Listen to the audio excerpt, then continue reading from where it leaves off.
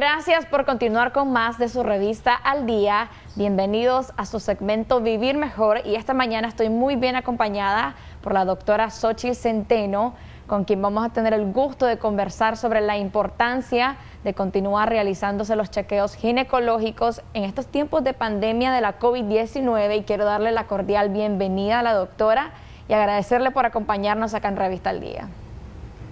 Buenos días, muchas gracias por la invitación. Así es, el tema es muy importante porque en tiempos de pandemia lo primero que uno se enfoca es en prevenir la enfermedad que está prevaleciendo.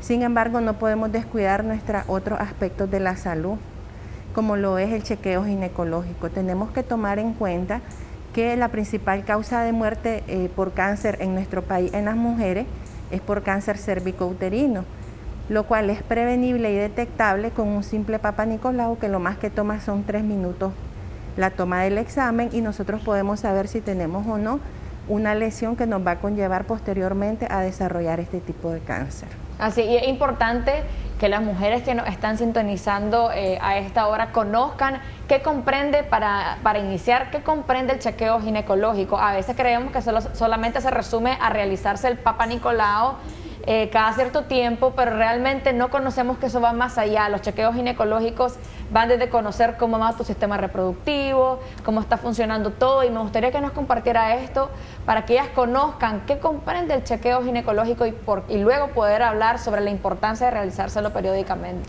Así es, el chequeo ginecológico comienza desde nuestra pubertad. Así es. No necesariamente uno tiene que haber iniciado vida sexual para comenzar a hacerse su chequeo. Entonces, desde que nosotros tenemos nuestra primera menstruación, las mamás generalmente llevan a las adolescentes a su consulta, donde se verifica que sus ciclos si van o no van regulares. Generalmente las adolescentes tienen ciclos irregulares. El desarrollo mamario también es muy importante verificar, porque hay niñas que tienen pubertad precoz.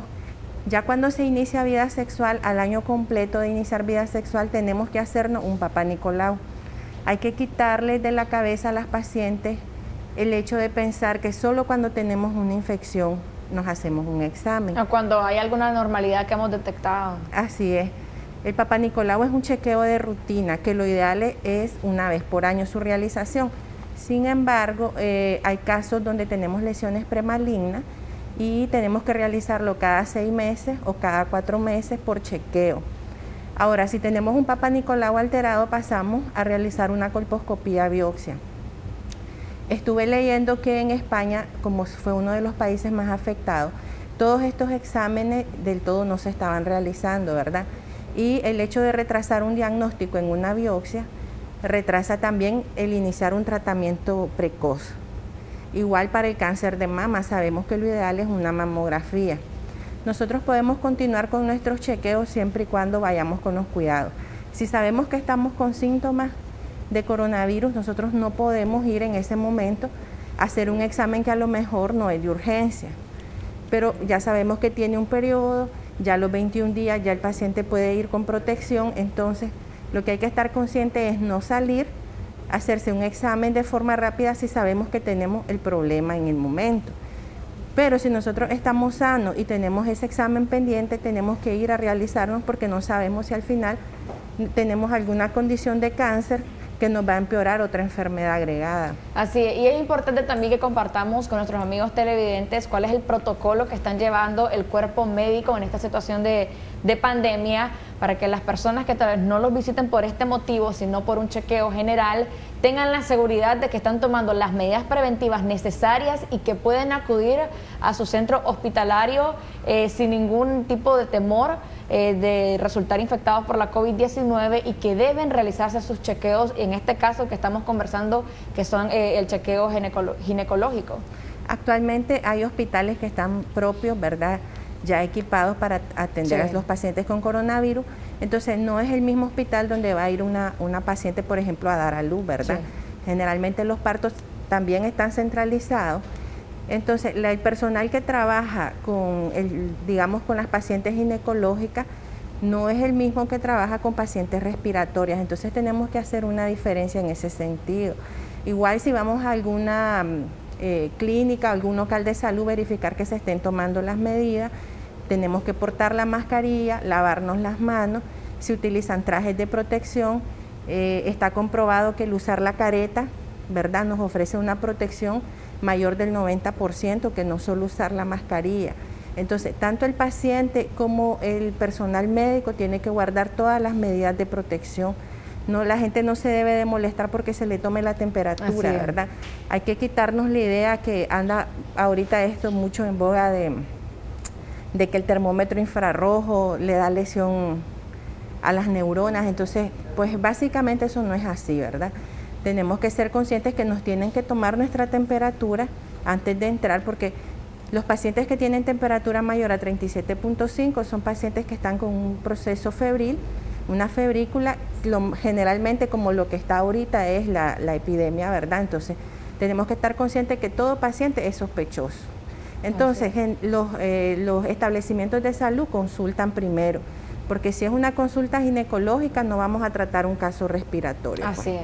Si estamos sabiendo que vemos embarazadas, no podemos estar viendo pacientes que sabemos de antemano que están con un proceso viral y que podemos llevar y ser un vehículo de contaminación.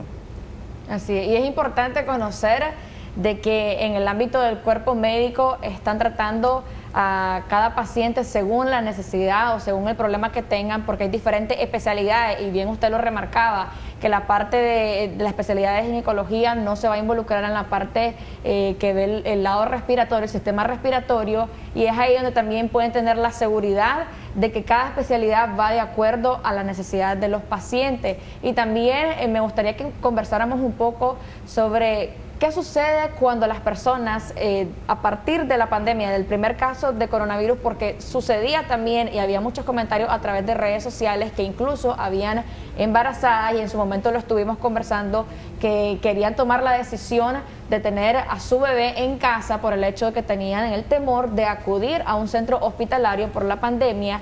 Y también hay ciertas decisiones respecto a la parte del sistema reproductor de la mujer que pueden afectar nuestra vida sexual y nuestra vida también reproductiva. Me gusta la pregunta porque es una pregunta que me realizan frecuentemente. ¿Podemos atender un parto en casa? Mi respuesta categórica es no. No, porque no solo depende de la mujer, son dos vidas las que están en juego. La casa no presta condiciones necesarias si tenemos una complicación con el recién nacido.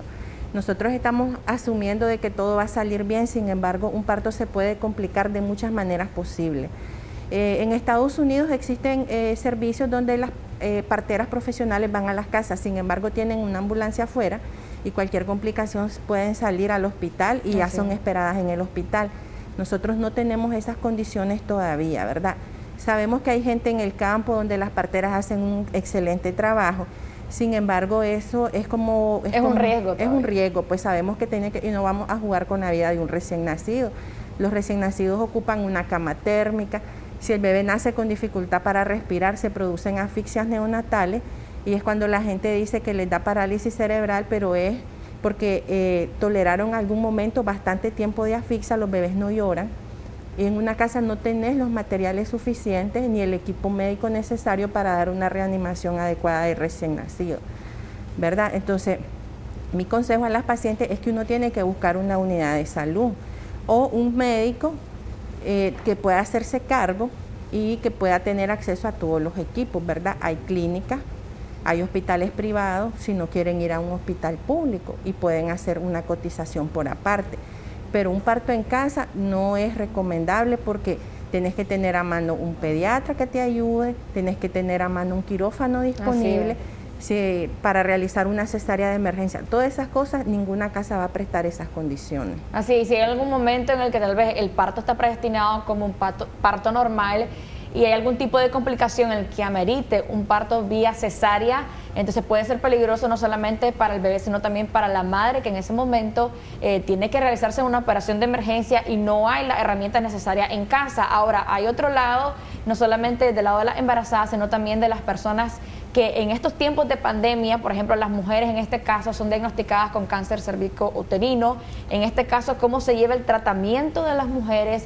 Porque sabemos de que en el momento que te diagnostican un cáncer, el médico de cabecera debe iniciar un tratamiento con la persona, y hay un momento de temor, me imagino, en las mujeres cuando tienen este tipo de noticias, porque no solamente la noticia de un cáncer en su cuerpo, sino también el hecho de que tienen que llevar un tratamiento en un hospital donde hay casos de la COVID-19. Así es, se categorizan los riesgos. Hay pacientes que si tienen un cáncer inicial o una lesión inicial, hay tratamientos que solo son a nivel local. Así es. Entonces no es algo que requiere hospitalización, sino que encuentros por cita. Sin embargo, si tenemos pacientes que tienen metástasis a diferentes órganos y que ya están teniendo fallas orgánicas propias, son pacientes que sí requieren estar hospitalizadas. Y el problema ahora es que tampoco se puede tener acompañante porque lo que hay que evitar es la aglomeración, hay que darle la importancia que realmente requiere el distanciamiento social. Entonces, si tenemos más de 10 personas aglomeradas en una sala, no estamos siguiendo una norma de distanciamiento social. Y mucho menos si no guardan la distancia entre ellos mismos. Entonces, en un hospital donde todas las camas están juntas, están los pacientes, están los acompañantes, no estás cumpliendo la norma. Actualmente, pues no se les deja ingresar, solo la paciente que requiere ingreso. O sea, se valoran bien cada caso, pues no, cada caso es individual. No porque tenga yo ahorita un diagnóstico ya de cáncer, es que ya me van a hospitalizar. No, todo tiene un protocolo, incluso protocolo de estudio. Sí sabemos que todas estas atenciones van a estar más lentas ahora por el hecho que hay que distanciar, no dar citas muy seguidas, porque tenemos que atender una parte de pacientes y tratar uno tiene que planear hasta la hora, no puede estar chocando una paciente con otra, pedirles puntualidad. La puntualidad es muy importante en estos casos porque así evitamos la aglomeración, que lleguen a sus citas a tiempo, y hay pacientes que la pierden y saben que van a volver en meses. Entonces, hay que hacer hincapié que si tenemos una cita, y no estamos enfermos con los síntomas o síntomas sospechosos, portar el equipo de protección adecuado y no perder nuestra cita, porque es una agenda especial que se lleva, y si la paciente pierde su cita, pues reagendarla implicaría meses y eso es retrasar el tratamiento de las pacientes. Así es. Y por otro lado también el caso cuando surge una enfermedad de transmisión sexual y tal vez hay cierto temor por parte de la mujer acudir a un centro hospitalario o tiene la duda o la sospecha de que tiene algún tipo de enfermedad de transmisión sexual y toma la decisión de automedicarse. El peligro que significa que una persona ante solamente la sospecha, sin saber a ciencia cierta cuál es la enfermedad que tiene en el momento, tal vez porque a mi vecina o un familiar le funciona este medicamento, tiene síntomas similares, mira, tómate esto. Entonces, también conversar sobre lo importante que no se automediquen cuando tienen la sospecha de algún tipo de enfermedad y que mejor recurran para tener un diagnóstico que sea certero y por ende un tratamiento que realmente vaya a funcionar. Así es, lo ideal en este caso y en todos los casos de enfermedades, la automedicación, cada órgano, cada paciente, cada organismo es diferente. Entonces, nosotros no vamos a tratar, como bien usted lo decía, lo que a usted le puede caer bien, a mí no. Así es. Ahorita está algo que es bastante positivo y es las consultas en línea por telemedicina. Es importante darle la importancia resaltar la importancia que tiene porque nos permite estar con el médico al alcance. Si nosotros accedemos a una consulta en línea, el médico nos puede orientar. Claro, nunca va a ser igual que una consulta presencial, pero nos puede orientar qué tipo de medicamentos nos puede servir en este caso. Por ejemplo, si tenemos alguna lesión en la piel, hacemos una videollamada o se envía la foto. ¿Te recomienda las consultas en línea? ¿Podría ser una alternativa? Podría ser una alternativa. Claro que en lo ginecológico cuesta un poco, porque sí requiere que a uno lo examinen. Sí, una observación profunda. Exactamente. Sin embargo, si uno tiene mucho miedo a salir o está contagiado, entonces lo ideal es hacer la consulta para tener un tratamiento por lo menos de primera línea y después, ya cuando, digamos, si vemos que no mejoró, pues tratar de hacer la consulta presencial. Ya, pero sí tenemos la opción de hacer la consulta en línea. Hay médicos diferentes en el país que han estado ofertándola hasta de manera gratuita para los casos de COVID. Y eso es importante porque nos evita ir a abarrotar a una unidad de salud por cosas innecesarias. Tenemos que hacer conciencia en la gente que solo las urgencias son las que uno sale corriendo al hospital. En el caso ginecológico, ¿cuál es una urgencia? Bueno, si estamos embarazadas, si hay sangrado, fiebre elevada, salida de líquido, por ejemplo, el dolor obstétrico, el dolor en bajo vientre cuando uno no ha cumplido la edad gestacional para llevar un embarazo a término, pues que es en el caso que tenemos partos prematuros. Y en mujeres que no están embarazadas, siempre el sangrado transvaginal abundante, la hemorragia es un signo de peligro. Mal olor, flujo con mal olor, porque a veces cuando está un proceso de cáncer avanzado hay mal olor. Tenemos que tener eso en cuenta, que tengamos una masita mamaria ahí rara que no nos hemos tocado y que miramos que de pronto no salió. Entonces, eso se podrían considerar urgencias ginecológicas, pues que ameritan que nosotros vayamos a algún lugar que va a requerir que nos hagan exámenes de laboratorio y exámenes de imágenes complementarios, ya sea ultrasonido, mamografía, hasta incluso se pueden utilizar también tomografías cuando sospechamos cáncer de ovario, por ejemplo, que sabemos que hay dolores abdominales intensos, que también es una causa que vayamos a buscar un médico. Ahora, para ejemplificar, digamos, Karen Altamirano necesita hacerse sus chequeos ginecológicos recurrentes, como comúnmente lo hace. Llegó el momento de mi cita, pero tengo la COVID-19 y me estoy tratando en casa porque no es un caso grave. En este caso sería recomendable que un doctor de cabecera o de confianza pueda visitarme hasta mi domicilio y hacer la consulta domiciliaria, o tengo siempre que acudir al centro hospitalario tomando las medidas necesarias para no ser yo la que contagie a otro. Pues se pudiera tomar la consulta domiciliaria siempre y cuando el paciente le informe al médico que está con síntomas, ¿verdad? Para que el médico tome todas sus medidas si decide visitarla y así evitar llegar a una unidad de salud, ¿verdad? Pero si es, por ejemplo, lo que mencionaba antes, los síntomas de peligro, los signos de peligro, pues lo ideal, aunque uno esté contagiado, es ir a la unidad hospitalaria porque es algo que no vamos a poder resolver en casa. Pues hay que diferenciar lo que se puede resolver en casa y lo que definitivamente tiene que ir a hospital.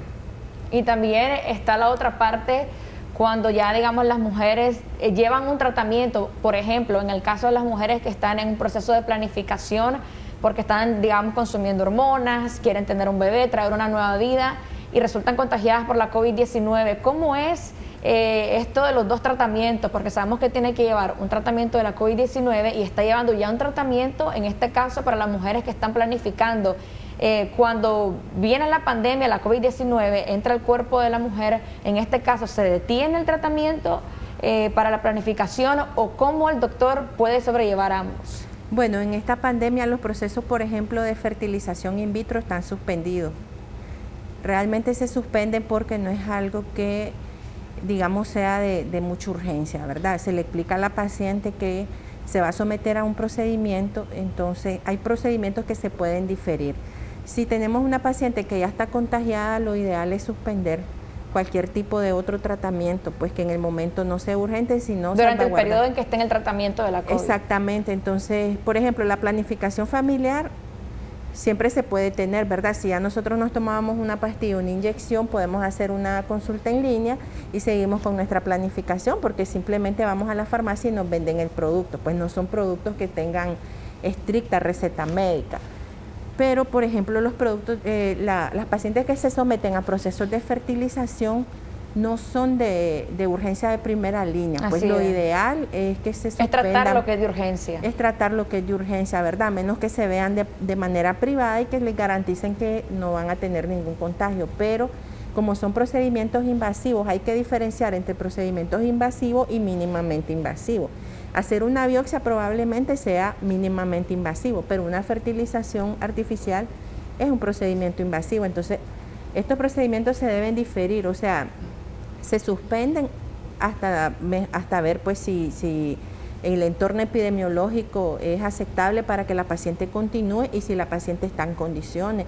Recordemos que después del coronavirus quedan síntomas inespecíficos, es un gran simulador.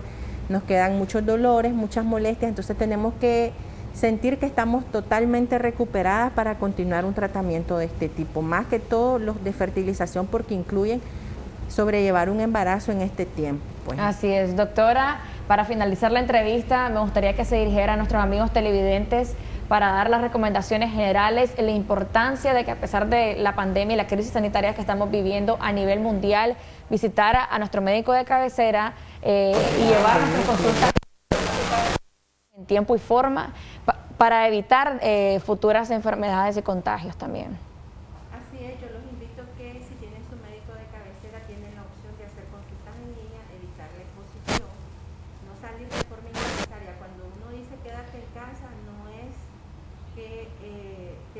así que es no salir de forma... Sí, y la importancia también de que conozcan que si no hay necesidad al 100% de que las personas visiten, digamos, si hay una opción de que el doctor llegue hasta tu domicilio, sería una alternativa también para evitar algún tipo de contagio si no hay una urgencia, porque usted bien lo decía, solamente que sea de urgente el hecho de que vayas a visitar un centro hospitalario, es importante que lo hagas, si no, quédate en casa, tomar las medidas preventivas y sobre todas las cosas, pues encomendarse a Dios también. Así es, usar todas las medidas, ¿verdad? Desde el hecho, nosotros porque estamos aquí, pero tenemos que cubrirnos el cabello, usar la mascarilla, portar el alcohol, porque no en todos los lugares nos podemos lavar las manos. Así es. Portar nuestro alcohol porque ya estamos en una fase avanzada y lo más prudente es no andar visitando, porque de nada sirve no salir si también te llegan a visitar, entonces hay que tomar en cuenta las dos cosas. Así es, gracias doctora por habernos acompañado esta mañana, agradecemos su visita por la casa de Revista Al Día. Si usted no tuvo la oportunidad de ver la entrevista completa, puede hacerlo a través de nuestras redes sociales y ya sabe que aparecemos como Canal 11 Nicaragua. Vamos a una pausa comercial, al regresar ya regresamos con más de Revista Al Día, no se mueva.